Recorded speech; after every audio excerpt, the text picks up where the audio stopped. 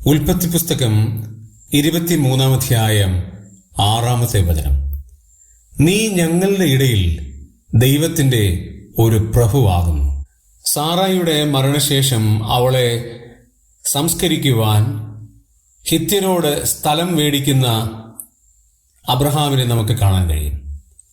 അവർ അബ്രഹാമിനെ കുറിച്ച് പറയുന്ന ഒരു പ്രസ്താവനയാണ്, നീ ഞങ്ങളുടെ ഇടയിൽ ദൈവത്തിന്റെ ഒരു പ്രഭുവാണ്.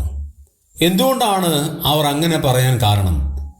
അബ്രഹാമിന്റെ ജീവിതം തൻ്റെ ദൈവത്തിന് അപമാനം വരുന്ന രീതിയിലായിരുന്നില്ല. തൻ്റെ സാക്ഷ്യത്തിന് വിഘാതമാകുന്ന രീതിയിലായിരുന്നില്ല. താൻ ആരായിരുന്നു എന്ന് മനസ്സിലാക്കുകയും തൻ്റെ ജീവിതത്തിന്റെ വ്യത്യസ്ത മേഖലകളിൽ ദൈവത്തിന്റെ നാമ മഹത്വത്തിനു വേണ്ടി മാത്രം ജീവിച്ചതുകൊണ്ടാണ് ജാതീയരായ ഹിത്യർ പറയുന്നത്, നീ ഞങ്ങളുടെ ഇടയിൽ ദൈവത്തിന്റെ ഒരു പ്രഭുവായിരുന്നുവെന്ന്. എന്നാൽ ലോത്തിനെ കുറിച്ച് പറയുന്നത് 19-ാം അധ്യായത്തിൽ കാണാൻ കഴിയും. നീ ഞങ്ങളുടെ ഇടയിൽ പരദേശിയായി വന്നു ന്യായം വിധിക്കുവാനും ഭാവിക്കുന്നുവോ എന്നാണ് ലോത്തിനെ കുറിച്ച് ചോദിച്ചത്. എന്നാൽ ദൈവപുരുഷനായ അബ്രഹാമിനെ കുറിച്ച് പറഞ്ഞത്, നീ ഞങ്ങളുടെ ഇടയിൽ ദൈവത്തിന്റെ ഒരു പ്രഭുവാകുന്നു എന്നാണ്.